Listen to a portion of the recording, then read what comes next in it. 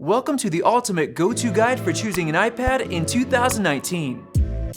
Now that the new iPad Air and iPad mini are available, Apple's 2019 iPad lineup is complete, alongside the 2018 budget iPad and 2018 iPad Pro, and I personally think this is it until next year. There's no reason for Apple to update the budget iPad until next year, since they'll have to raise the price into the iPad mini's territory, and same for the iPad Pro, since the hardware is already way ahead of the current iOS software. So with 4 iPads in the lineup, how in the world do you choose one?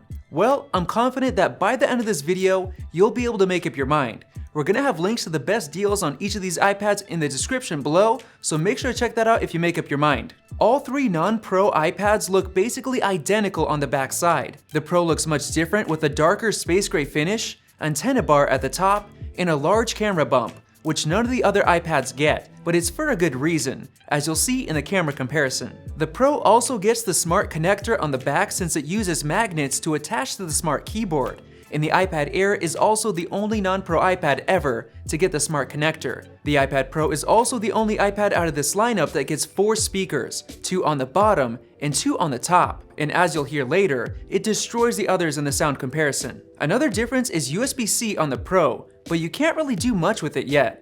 But you do get a faster 18-watt charger compared to the old 12-watt charger that comes with the rest of these iPads. Of course, the Pro gets the new modern square edge design that also comes with rounded corners on the display, making the other iPads look outdated compared to it. However, the Pro is the only iPad that doesn't get a headphone jack, which sucks for a lot of people, but it makes for the thinnest iPad out of the lineup, which is nice, but it led to some bend gate issues, which I personally haven't experienced at all. The Pro has even bezels all around thanks to the removal of Touch ID and the switch to Face ID, which by the way, works great since there's no notch and you can use it in any orientation, even upside down. Some people still prefer Touch ID though, and that's totally fine. The Pro has smaller bezels than the 2018 iPad, but both the 2019 iPad Air and Mini actually have slimmer bezels on the side. Moving on to display differences, the new Air and Mini have literally identical displays, but the Mini packs the same amount of pixels into the smaller 7.9-inch display, so it has the highest pixels per inch out of the whole iPad lineup, and it also comfortably fits in one hand, so it's the lightest and most portable out of all of these. The 2018 budget iPad is the only one that doesn't get a fully laminated display, which basically means the display is glued to the glass. This leads to it looking a little gray, lacking deep blacks like the rest, and there's a gap between the display and the glass, which is noticeable from an angle, and especially while using the Apple Pencil. It's also the only one that doesn't have an anti-reflective coating, so you'll notice reflections a lot more. It doesn't get P3 wide color gamut either, like the other iPads, which makes for a very color accurate display with colors that really pop. It also lacks True Tone, which automatically adjusts the display's color balance to match the environment you're in.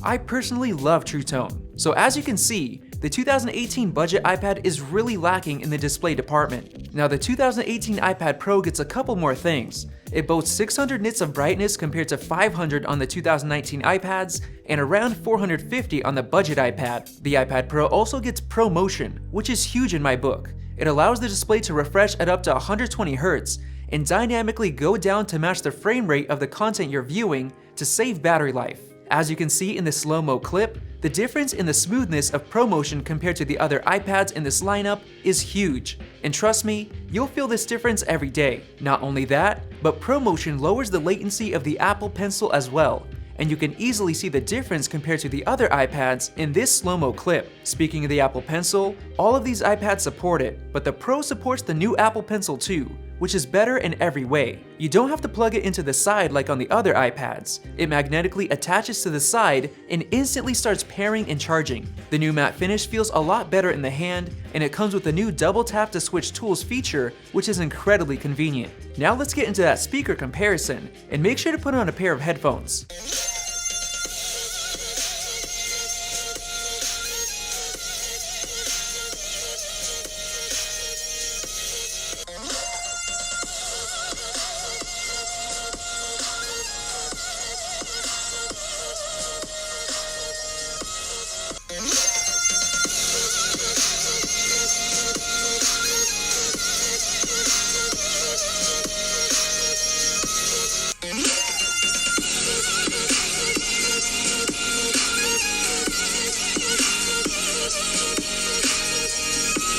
Yep, the iPad Pro sounds much better than the other iPads. Before we get into performance and gaming, let's quickly compare the cameras. The Pro gets flash on the rear with a 12 megapixel sensor compared to 8 on the other iPads, and here's a photo comparison between them. The Pro looks much better than the others. The Pro is also the only one that can shoot 4K video at 60 frames per second. On the front side, the budget iPad only gets a 1.2 megapixel sensor compared to 7 on the other iPads, so selfies look horrible compared to the other ones, especially the Pro since it gets portrait mode thanks to the Face ID sensors. The Pro also gets 5 microphones instead of 2 on the other iPads, so it sounds much better as well. This is a microphone quality test with the 2019 iPad Air. This is a microphone quality test with the 2018 iPad Pro. Now let's finally get into performance. The budget iPad only gets 2 GB of RAM compared to 3 on the 2019 iPads and 4 on the Pro. But you can also get up to 6 GB on the Pro if you buy the 1TB model, but it's not worth the cash for almost everyone. The budget iPad gets the A10 processor compared to the A12 on the 2019 iPads and the A12X on the Pro. The budget iPad's A10 is also the only one that doesn't come with the neural engine. Getting into the Geekbench 4 benchmark, the budget iPad is way behind the others in terms of single core, and even more behind in multi-core, with the Air and Mini almost doubling the score and the Pro almost tripling the score. In the metal test, the Air and Mini are around 75% faster than the budget iPad, and the iPad Pro is almost 2 times faster than the 2019 iPads, and over 3 times faster than the budget iPad. In Antutu's 3D benchmark, there isn't as big of a difference now, but the iPad Pro is still around 2.5 times faster than the 2018 budget iPad. Finally, for a more realistic test, we exported a 1-minute 4K 60p video on each of the iPads, and the iPad Pro finished 4 times sooner than the budget iPad, and it was over twice as fast as the 2019 iPads. This is where you'll actually feel a difference on the new iPad Pro.